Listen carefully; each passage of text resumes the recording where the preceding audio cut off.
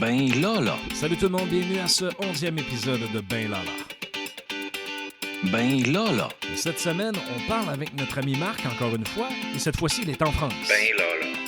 Ben là. Alors, nous sommes rendus à notre avant-dernier épisode de cette saison 4. Et bien sûr, la prochaine épisode, en fait, je vous le prépare tout de suite d'avance. Je vais faire un bilan un peu des premières saisons de Ben Lala, où c'est qu'on en est. Et je vais conduire une réflexion alentour de ce sujet pour voir est-ce qu'il y aura effectivement une 5e saison à suivre lors du prochain épisode. Je voulais aussi vous remercier de nous suivre, dans le fond, à toutes les semaines, 2 semaines à peu près. Donc, merci de nous écouter. Merci également de nous partager vos commentaires. Moi, de mon côté, je fais ça avec cœur et j'ai beaucoup de plaisir à réaliser ce type de podcast, de balado. En tout cas, du moins, j'espère que vous trouvez ça intéressant. Sans plus tarder, en fait, vous le connaissez déjà parce que c'est un invité régulier, c'est un chroniqueur régulier sur les ondes de Ben Lala. Il s'appelle Marc Privé et il est parti en mission, donc dans un projet de mobilité enseignante qu'on appelle dans le jargon. J'ai eu le privilège qu'on puisse se parler, étant donné qu'il est encore en France actuellement. Et peut-être, qui sait, il me fera peut-être un petit coucou d'ici la fin de son voyage. Qui sait, je ne le sais pas encore. Tout va dépendre, bien sûr, de ses disponibilités. Alors, il a pris un moment pour nous parler de son expérience, de ce qu'il vit là-bas. Donc, si vous avez l'intérêt, par exemple, d'aller faire un tour là-bas, si vous êtes professeur, si vous êtes étudiant, je pense que ça va être intéressant de voir de quel niveau et de quelle façon Marc vit cette expérience. Alors, voici notre invité de la semaine. Attention. Voici notre invité de la semaine. Alors, en direct de la France, je ne sais pas trop dans quelle région, on reçoit Marc qui va nous parler en fait de son expérience là-bas. Marc, tu es dans quel coin exactement en France? Bonsoir Benoît, parce que moi, là, il est comme presque 6 heures, 5h30. Donc, moi, je suis en fin de journée, toi, tu es en plein milieu de journée. Moi, je suis dans les Ardennes. Je suis à Charleville-Mézières, donc une très, très, très, très, très belle région. Il fait un peu comme ça, je pense, mais depuis qu'on est ici, c'est le soleil, c'est des températures de 26, 27, il fait beau. Il fait un peu plus chaud par chez vous que par chez nous actuellement. Mais on travaille. Puis c'est vraiment agréable. Donc, parle-nous donc de ton travail, parce que souvent, les gens il part là-bas, il part en voyage. Ben, de toute façon, ce n'est pas un voyage, c'est plus une mission, un projet de mobilité. Donc là, parle-nous-en donc de ton horaire, de ton travail. Exactement. Ben, écoute, on est arrivé depuis lundi matin. Ben, en fait, on est arrivé en fin de semaine, donc on a pu un peu s'installer, tout ça. Puis moi, ce que je viens faire ici, c'est parler d'entrepreneurship, puis rencontrer des gens, des entrepreneurs, visiter des entreprises, parler avec les étudiants, échanger avec les enseignants ici à Charleville-Mézières, à l'IUT de Charleville-Mézières, Reims. Puis, depuis que je suis arrivé, depuis lundi matin, c'est un feu roulant. J'ai rencontré déjà plusieurs enseignants qui travaillent pour l'IUT ici, donc soit en TC, donc en technique de commercialisation, un peu en GACO aussi, qui est un pendant de l'administration chez nous. J'ai rencontré aussi des enseignants de HSE, qui est un peu le côté santé-sécurité. On pourrait, toutes nos techniques de génie. Donc, j'ai rencontré ces gens-là, puis pour discuter un peu déjà de l'enseignement, comment ça fonctionne. Puis aussi, je suis allé vraiment dans le bain avec les étudiants de ce qu'on TC1 de première année en commercialisation. Pour parler, parce que les autres, ils ont un peu comme toi, tu fais, tu donnes des cours de gestion de projet, mais les autres aussi ont des projets à réaliser. Et pour parler d'intrapreneuriat dans la gestion de projet, comment est-ce qu'on peut développer, comment ça peut être important de développer ces caractéristiques-là au niveau de la gestion de projet. C'était vraiment magnifique comme rencontre avec ces jeunes-là, 2 groupes. Je les rencontre la semaine prochaine d'ailleurs. OK. J'ai aussi, écoute, on a ce matin d'ailleurs, j'ai eu une super de belle rencontre. On a une dizaine d'entrepreneurs, ben, pas d'entrepreneurs nécessairement, mais de gens qui œuvrent dans des organisations ici alentour. Il y a des petites entreprises, des grosses organisations, des entreprises privées. Il y en avait un, entre autres, un monsieur qui possède plein de magasins à grande surface ici dans le coin, là, dans la région, puis qui est président de la Chambre de commerce. Puis on a discuté d'intrapreneuriat dans ces organisations-là. Comment est-ce qu'on pouvait mettre ça en place? Qu'est-ce que nous, comme enseignants, on pouvait leur ramener? Une discussion qui a duré 2 heures, puis qui a été vraiment, là, j'ai hâte parce que on a tout enregistré ça, je vais pouvoir faire des choses avec ça. OK. Donc, ça, c'est des choses. Puis, à travers ça, bien entendu, un peu, je ne sais pas si tu as vu un peu sur les réseaux sociaux, Ben deux oui, belles visites d'entreprise. les photos, tout ça, c'est magnifique.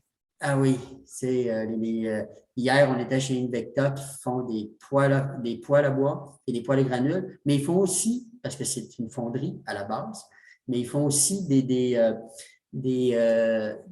cocottes en fonte, donc un peu comme des creusets, là, mais eux autres, Oui, c'est oui, une autre marque, je ne me souviens plus exactement la marque, c'est les chasseurs. Ici en France, qui est un des gros, un des produits phares ici. oui. Euh, OK. c'est vraiment, eux, on a vu l'étape, tout est conçu à la main, la fonte, l'acier qui coule, pas l'acier, ouais, la fonte qui coulait, les moules, l'émaillage, tout. Puis aujourd'hui, c'était complètement l'inverse. On est allé dans une usine qui fabrique des pièces pour des automobiles. Donc, toutes des pièces en fonte et des pièces en aluminium. Entre autres, pour ici en Europe, sur tout ce qui est les rames, que tu aimes bien, ben, c'est eux qui ont le dossier là, de conception des pièces là, pour les rames, les Chrysler, Fiat, name it, là, il y a plein. Donc, on apprend énormément, c'est vraiment des beaux contacts. Quand tu parles d'intrapreneuriat, peut-être juste définir un peu le concept pour ceux qui nous écoutent, puis que c'est peut-être la première fois qu'ils n'entendent parler, Marc. Est-ce que tu pourrais nous parler un peu de qu'est-ce que c'est, en quelque sorte? Oui, bien c'est sûr. Je suis content que tu emmènes la question parce que il y a autant lundi que ce matin, quand j'arrivais pour parler avec soit les étudiants, soit les gens d'entreprise, quand on leur parle d'intrapreneuriat, ils font comme qu'est-ce que c'est ça? Ils ne savent pas vraiment. Ils voient intra, ils voient le preneur, mais ils ne savent pas.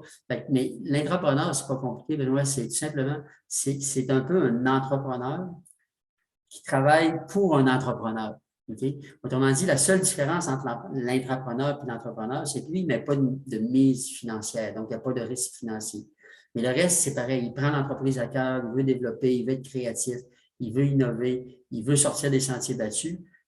Mais pour ça, ben, c'est sûr qu'il y a besoin d'une entreprise qui va lui permettre d'évoluer dans ce je ne partais pas dire le cadre, mais d'évoluer en dehors du cadre, si tu veux, parce que c'est un peu ça, là. Sauf que ça te permet d'emmener l'entreprise ailleurs. Est-ce que l'intrapreneur est plus introverti en quelque sorte ou il a vraiment les mêmes skills, en guillemets, qu'un entrepreneur traditionnel? Ben, il va avoir les mêmes skills. La seule chose, c'est que, tu sais, souvent, quand on est entrepreneur, ben, on prend un risque financier, on en est conscient, on vit avec. Tandis que l'intrapreneur, lui, va avoir tout le reste. Il va vouloir innover, il va vouloir inventer, il va vouloir sortir des idées.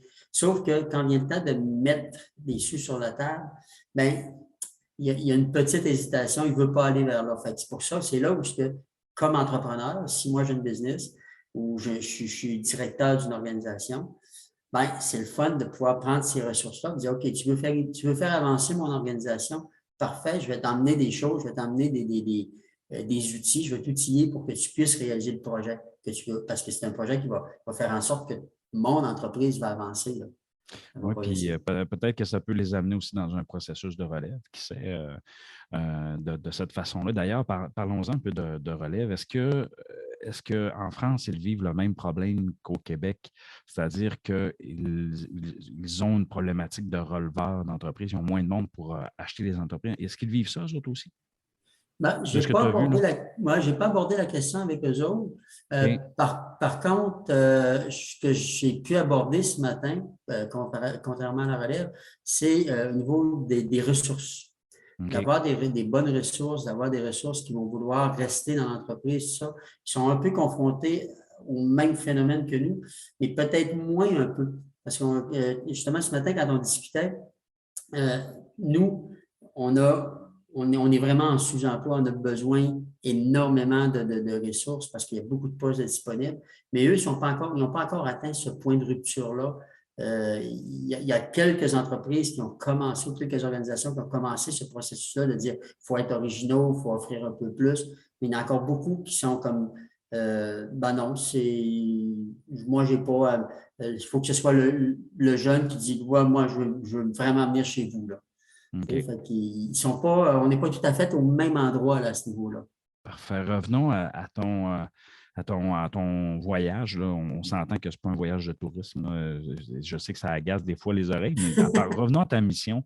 Donc là, est-ce que tu as fait le tour en fait de tes derniers jours? Est-ce qu'il y a d'autres éléments que tu veux nous parler là-dessus? Et si oui, ben, qu'est-ce qui t'attend pour les prochains jours? Oui, ben c'est ça que à partir de demain, donc demain, j'ai une journée super intéressante. Demain matin, on va parler, parce que tu sais qu'en France, actuellement, ils viennent de changer le système scolaire au niveau de l'enseignement supérieur. Ils sont passés du DUT, donc du diplôme universitaire technique, au BUT, donc du bac universitaire technique. C'est un changement majeur parce que le DUT était de 2 ans et le BUT est maintenant de 3 ans. Donc, il y a une année de plus, ce qui va faire en sorte que les licences pro qui suivaient le DUT, bien, eux vont être abolis tranquillement donc, il y a vraiment un gros changement à ce niveau-là. Puis, demain matin, bien, j'ai l'occasion de rencontrer là, disons, les coordonnateurs ou les directeurs de différents départements pour pouvoir discuter avec eux autres de ce changement-là.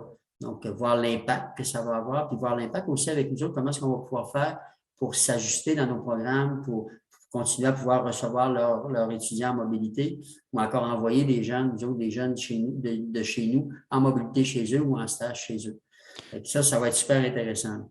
De ce que tu vois, là, Marc, parce que souvent, des fois, ça peut arriver là, que les jeunes Saguenayens ont la méconnaissance de ce type de voyage-là, de ce type de projet d'études-là, d'aller en France. C'est-tu un milieu qui est sécuritaire, favorable, accueillant? C'est quoi tes impressions là-dessus? Accueillant et sécuritaire à fois 1000. Okay? Moi, je regarde ici où on est, à Charleville-Mézières, c'est à peu près une quarantaine de mille de population. C'est très, très, c'est tranquille. Okay? C'est extrêmement tranquille. C'est pas, il n'y a rien d'agressant. C'est étendu. C'est pas des buildings en hauteur. D'ailleurs, durant le week-end, on se promenait avec des amis ici, qui me faisaient remarquer que dans beaucoup de secteurs, il y a plusieurs années, ce qu'ils ont fait, il y avait des édifices à 16, 17 étages. Ils ont tout démoli et ils ont mis des duplex ou des maisons qui étaient plus étendues. Donc, il n'y a presque pas rien en hauteur. C'est un petit peu vallonneux, ça ressemble à chez nous. Donc, c'est très sécuritaire. Moi, je leur dirais, puis les gens sont accueillants. Okay. Les gens à l'IUT, moi, je me promène dans l'IUT, puis je connaissais personne. Je suis arrivé un petit peu avant Magali le premier matin, puis je me promenais, puis bonjour, bonjour, tout le monde te salue. OK, c'est très convivial. Là. Ah oui, les étudiants, les profs, les techniciens, tout le monde te salue. C'est comme si tu étais chez vous. Ah, c'est bien ça. Écoute, Marc, il va falloir qu'on se reparle d'ici la fin de ton voyage. Est-ce que tu as encore placé à ton horaire un petit moment où on puisse discuter, en fait, qu'on puisse échanger ensemble? Pas de problème. On pourrait, vers le milieu de la semaine prochaine, comme ça, ben demain, justement, parce qu'en plus de la rencontre avec les gens les dirigeants des programmes, demain après-midi et demain soir, je rencontre tous les étudiants beaucoup d'étudiants d'ici pour les inciter à venir étudier au Québec, bien entendu. Puis, ça, c'est-tu comme la soirée à ton honneur? Oui, c'est ça. En après-midi, j'ai une rencontre plus officielle. En après-midi, j'ai une rencontre plus officielle. Et en soirée, c'est vraiment une petite soirée là, avec une petite présentation de 15 minutes sur le Québec et la région du Saguenay-Lac-Saint-Jean, avec des invités, journalistes, machin truc. Ça va être assez amusant. J'ai des étudiants d'ici, d'ailleurs, j'ai rencontre demain après-midi qui ont préparé un petit questionnaire, un petit caout qui vont pouvoir faire passer à toutes les personnes qui vont être là pour gagner des prix que j'ai amenés là, du Saguenay-Lac-Saint-Jean. Donc, ça, j'ai bien hâte. Puis la semaine prochaine, on a encore des visites, j'ai encore des interventions, entre autres, avec les TC1, donc première année, avec les licences MMO, marketing opérationnel. OK? Donc, ce qui va être, eux, c'est les deuxièmes années, ils sont en stage, ils reviennent la semaine prochaine. Donc, ça va me permettre encore d'avoir du beau matériel, des belles choses. En passant, j'ai rencontré, ça fait 2 visites d'entreprise que je fais, et avec des étudiants, entre autres, puis un étudiant qui s'en est chez nous l'année prochaine, Virgile. Super intéressant. Quand il va être chez nous dans nos murs, vous allez voir, c'est un grand bonhomme qui aime bien discuter, puis vous allez avoir du fun avec. Super. Ben, écoute, merci Marc. On te souhaite une bonne continuité dans ton voyage. Là, je sais, on ne parlera pas de vin ce matin, mais la prochaine fois, on va parler je vais avoir quelques questions sur le vin, le cognac. On n'aura pas le choix parce que c'est quand même un voyage culturel, en quelque sorte. Tu apprends des nouvelles choses. Là, tu nous partages un peu ces expériences-là. Si ça ne te dérange pas, question de bien conseiller les gens à une consommation modérée, bien sûr. Pas du tout. Je te parlerai des vins du Jura. C'est bon, Marc. Fait que profite-en. On se reparle. Merci d'avoir pris le temps de nous parler. À 6 heures de décalage horaire. Donc là, tu dois être sur le point d'aller manger. Alors, je te souhaite une excellente soirée, Marc. Merci, Benoît. Merci. Ben Alors, merci beaucoup, Marc, et merci à vous d'avoir été là. C'est ce qui complète notre 11e épisode. Alors, il me reste qu'à vous dire, mes très chers amis, ciao, ciao! Bon, ben bon.